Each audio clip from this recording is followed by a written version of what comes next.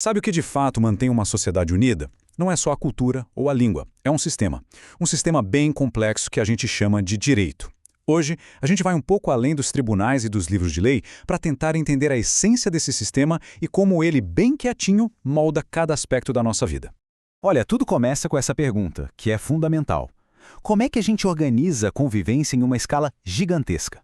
É exatamente para resolver esse quebra-cabeça que o direito existe, para criar alguma ordem, para permitir que a gente coopere e, no fim, para estabelecer as bases da vida em comunidade. Vamos lá. A primeira imagem que vem na cabeça quando a gente pensa em direito, muitas vezes é aquela, de livros empoeirados, uma linguagem que quase ninguém entende. Mas e se a gente olhasse um pouco além disso? A realidade é bem mais dinâmica e, olha, muito mais vital. Essa aqui é uma definição clássica do jurista Paulo Nader, e ela é muito poderosa. Vamos quebrar ela em partes. Normas de conduta social. Bom, são as regras do jogo da convivência. Imposto coercitivamente. Isso significa que o Estado tem a força para garantir que as regras sejam seguidas. E o objetivo de tudo isso? Criar segurança e buscar o que a gente chama de justiça. É aqui que a coisa começa a ficar interessante de verdade. A relação entre o que está escrito na lei e o que a gente entende por justo. No mundo perfeito, as duas coisas seriam a mesma. Só que na prática, essa relação é cheia, mas cheia de tensão.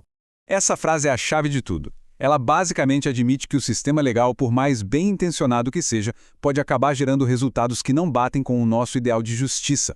Ou seja, aplicar a regra friamente nem sempre é o suficiente.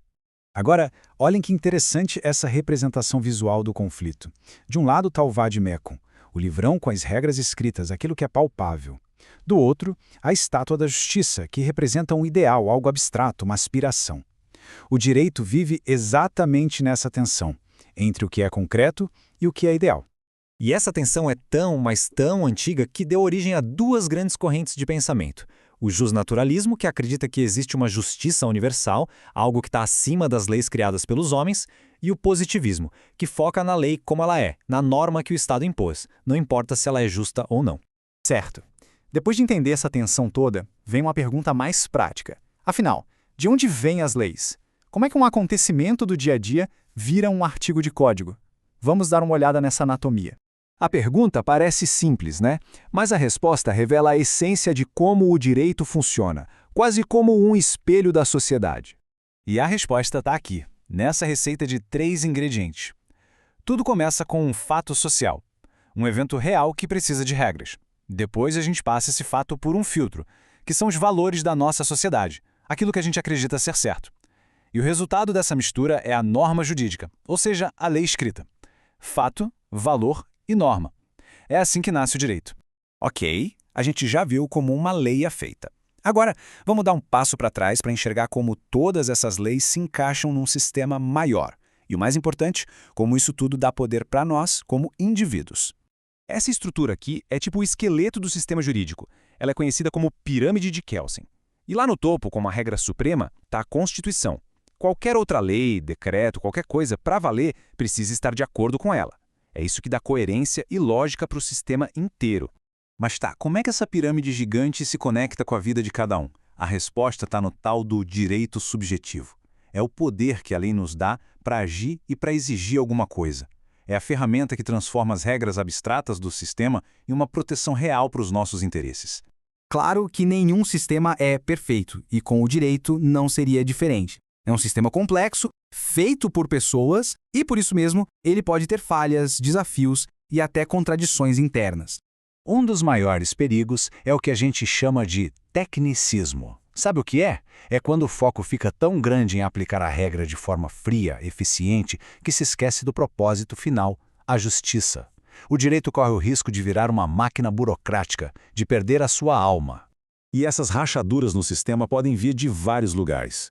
Os conflitos podem aparecer em detalhes técnicos, em normas que dizem o contrário uma da outra, em valores opostos que inspiram as leis, em objetivos que não combinam e até nos princípios mais básicos que deveriam guiar o sistema todo. Vamos pegar um exemplo prático para isso ficar bem claro. O princípio da privacidade, que protege nossa casa, nossa liberdade, ele pode bater de frente com o princípio da segurança pública, que permite ao Estado agir para proteger todo mundo. E aí, qual deles prevalece? O direito lida com esse tipo de dilema todos os dias. E tudo isso nos leva à nossa conclusão. A ideia de que o direito não é algo fixo, esculpido em pedra, mas sim um organismo vivo que respira e evolui junto com a sociedade que ele serve. No final das contas, a relação é uma via de mão dupla. A lei molda a sociedade, estabelecendo novos padrões. Ao mesmo tempo, cada mudança social, cada tecnologia nova, cada alteração nos valores, tudo isso força a lei a se transformar também.